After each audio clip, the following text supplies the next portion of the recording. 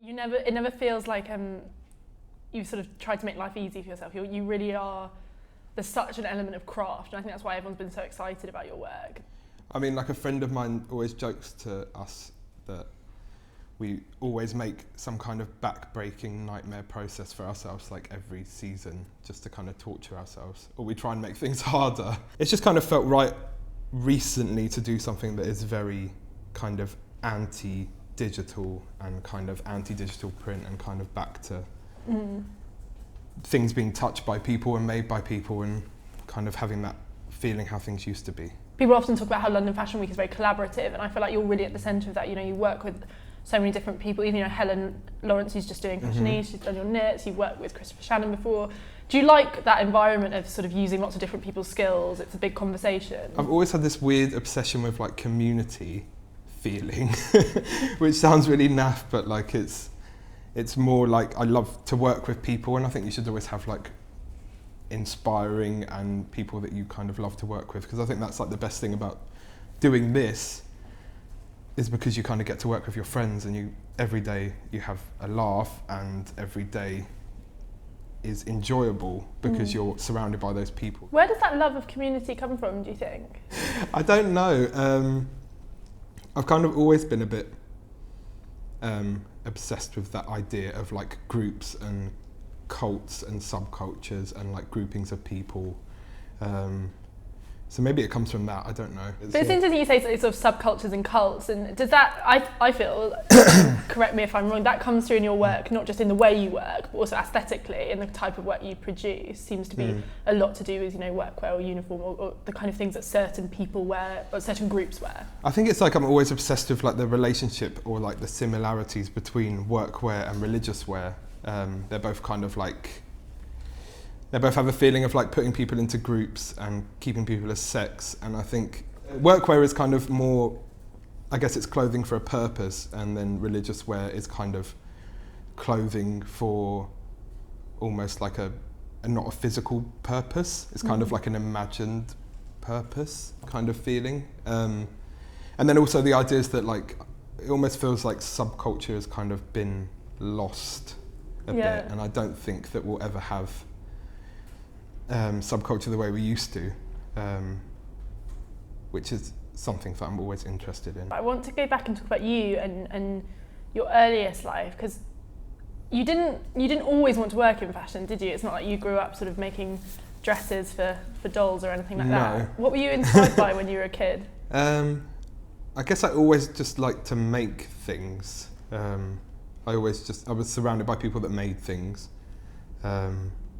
Like all my family were like carpenters and upholsterers, and like my house is always full of like pipes and bits of wood, and like the garden was full of big immersion boilers with like overgrown grass, so it was always kind of like there's all these like things for the scrapyard and stuff around, and there was always people that loved to make things, I guess, so I was always really interested in that. I think I was never someone that would like watch their mum get ready and watch her brush her hair and like, do you know what I mean? It wasn't that kind of like, oh, I just love this. Do you know what I mean? It was never that. It was just I love to make things, and it just seemed the right way to go. My mum was like a scout leader and a brownie leader and a guide leader, so she would always be doing like crafty things and like painting glass and were you doing a Boy all, like Scout? kind of. I was a Boy Scout. I love that. Yeah, I was a cub, and then I was a scout.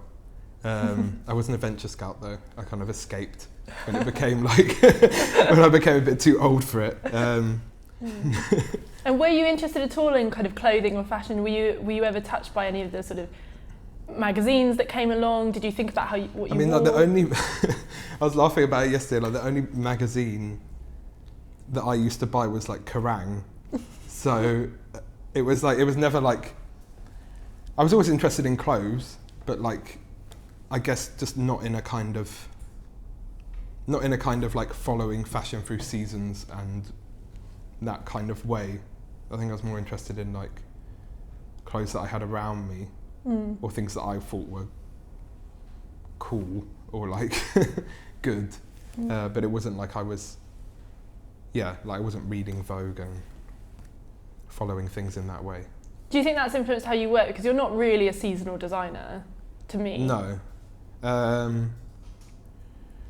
Yeah, I guess I don't think we really work so seasonally. It's not like what coat would we like this season kind of thing. It's more kind of, the show is a bit more, the collections are more like kind of, I guess, creating like a kind of emotion or a feeling or like a kind of a show, if that makes sense. It's never really about just kind of like cold reality. It's kind of, there's like a fantasy aspect to it, definitely. Because I guess just, it's kind of, I feel like it's important if you come to see something. Oh, I mean, personally, if I came to see something, I'd want to see a show. I'd want to see something that kind of was a bit of like an escapism. But I guess like you don't have to do something so extreme to be an escapist kind of designer, but like we've done kind of, yeah, that's the kind of way we work at the moment. I think you are probably without doubt the menswear designer that people are most excited about and talking, and maybe the kind of young designer that across fashion that everyone is the most excited about. You know, there is such support and admiration for your work. Do you think that's part of why people have responded so well to it, is that there is a real sense of emotion and authenticity to it? I know that's a really hard question because I'm basically asking you, why does everyone love you? Like a gross question. I don't know why people like it, or have seemed to have liked it so far. I don't know, I feel like, not that I'm in no way kind of like putting myself in this category, but I feel that there's been like a loss of like, I mean, when I look at style.com and I see shows, there's very few shows that I think, oh my God, I wish I was there. Yeah. They're all like, I can kind of imagine what it was like from the photo. But then there's some shows that you see and it's like, oh my God, I would like give my left arm to be there, like, and to experience that, and that was such like a thing. And I think there's been like a slight loss of that in like recent years, that kind of like the unexpected happening, if that makes sense. And it's intriguing what you said when we first started talking about that love of sort of group work and love of working in a community in a collaborative environment, because I think one thing that fashion does sort of fetishize the individual. Do you find that quite scary, this idea of the more successful you become, the more focus there is on you just as an individual, and no matter how much you say we, and no matter how much you have this great team, there's more and more pressure on you as a person? I think there's a kind of like weird kind of line between like celebrity and designer. Definitely. Which can be quite like strange. But yeah, I don't know. It's kind of, yeah, it's never like me.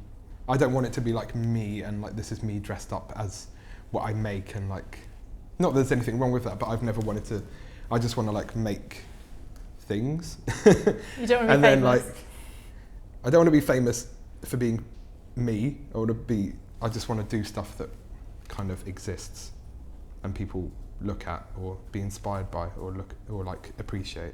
Talk to me about when you sort of were applying to education, when you started studying, what your goals were, sort of where you wanted to end up. Because you wanted to be a portrait painter, is that right? I always seem to be better at art than I was at anything else. And kind of, yeah, art and design and like making things kind of always just seemed to be the route to go down. So then I applied for like the foundation course at St Martin's, and I guess I kind of went with an open mind, but I just knew that I wanted to either be a painter or a sculptor or something along that route. When I got into the foundation course, it was like almost like, because there were so many people wanting to get onto the fashion course, like tutors were being forced to kind of like deter them from it. So there was like group talks where it was like, and if you've never done it before, I suggest you don't do it. Like, you really have to have a passion for it. It's really hard. And like, so I guess that kind of feeling of like, oh, why can't I try that kind of thing? And then I made like a really awful dress for like a charity fashion show out of like silver gaffer tape. And like, I think it was out of like curtain netting or something. It was like really horrible. It was like, and I didn't know how to sew. I didn't know how to use a sewing machine. It was like stapled together. It was like really crappy. and then And the rest but is like history. I liked I liked the pace of it and like the excitement of it. So and it's kind of I guess it was the pace of it that kind of excited me. What do you mean when you say the pace? Because I feel like I don't know, maybe it's not like that anymore, but I felt at the time that art, maybe like fine art, was a bit more kind of slower. It's like a slow burn. Like there was no kind of like timing on anything. You could spend 3 years on a painting. Do you know what I mean? It was very kind of like, there was no kind of like deadlines and kind of like that kind of pushing you to make more and more and do more. It's interesting because a lot of the designers I interview here sort of imply that they don't like that, you know, that sort of pressure to come up with something new every 6 months or even more frequently. I hate it, but like I also like, it's exciting, isn't it? Do you know what I mean? Otherwise you might as well just get like I don't know, just like a really quiet, live a quiet life. Do you know what I mean? That's why people, I feel like that's why so many people kind of are interested in it and want to do it, and it's because it's so kind of like haphazard and so unsure. Like from season to season, it's like total unsurety and everything. Do you know what I mean? Everything can like crumble or everything can happen. So it's like a dangerous, exciting route, I think. So tell me about when you started doing your sort of textile print work. Tell me about that aspect of studying at St Martin's, and then. Well, I applied for like fashion print because I thought, if I'm really, really bad at making clothes, at least I can make prints, because I knew I could kind of paint and like make pictures and stuff. So I was like, okay, it seems like the best of both kind of worlds. And then it ended up that actually my BA didn't really have any print in at all. It was kind of wood and kind of these weird fabric manipulation things and like some balloons. And kebab sticks and stuff. Nice assortment of things. Yeah, it was like a nice assortment of like things I could afford and make things out of. Yeah. And talk to me about doing that MA as well, because interesting fact, we were on the MA together, and I remember seeing you in the studio, and one of the things that stuck with me, which I think you were probably just sort of pissed off and tired, but I was like, Craig, why did you do menswear, not women's wear? And you said, my hands are too big to do women's wear. Talk to me, why did you start to want to do men's? I think on the BA, I was making women's wear at first, but then it kind of, menswear just made sense. I feel like I could kind of relate to it easier. And I think I had it in my head, like I had like an idea of what like a women's, what like women's clothing was and what a women's wear designer was, and I was like, oh, I'm not like feminine enough, like I don't understand a woman's body like that. I can't, do you know what I mean? I'm never going to be the designer that makes like an Oscars dress. So I was like, oh, okay, I'm much more kind of suited to menswear. But weirdly, since then, I feel like there is kind of women that want to wear what we make, so it's kind of not as kind of not as far apart as each other as it used to be. I want to talk to you about something you're probably completely tired of being asked about, but it's your structures, fence face, as I like to call fence it. Face. Because they've been something that has been so sort of discussed, and some people have been really intrigued by, other people have been very sort of like quite boringly critical of. Where did that come from? On the BA I did kind of, I guess they were sculpture-y kind of pieces. I don't know where they came from. I just always had like an interest in that. And on the MA, I had like the big black houses kind of thing. So yeah, it's just like a thing that it's a thing that excites me to see. It's kind of always if I think about it, it's kind of like the shows are always more like creating like an image. Like it's like it's kind of creating like an extreme visual, but actually the clothing itself is kind of approachable. So I was kind of more shocked that people seem to not be able to see past things like fence face or like or like the kind of other big kind of sculptural elements of the show, and kind of think that the show is just theatrical. But I think I was talking about it with someone the other day, and it's kind of more I'm not interested in making like theatrical clothing. It's more kind of making everyday things kind of theatrical, if that makes sense, or like a theatrical element in kind of things based in reality. Did you find it upsetting or annoying when people were kind of, oh, it's ridiculous, it's unwearable? I did for like, definitely that first show, I think because it was such kind of like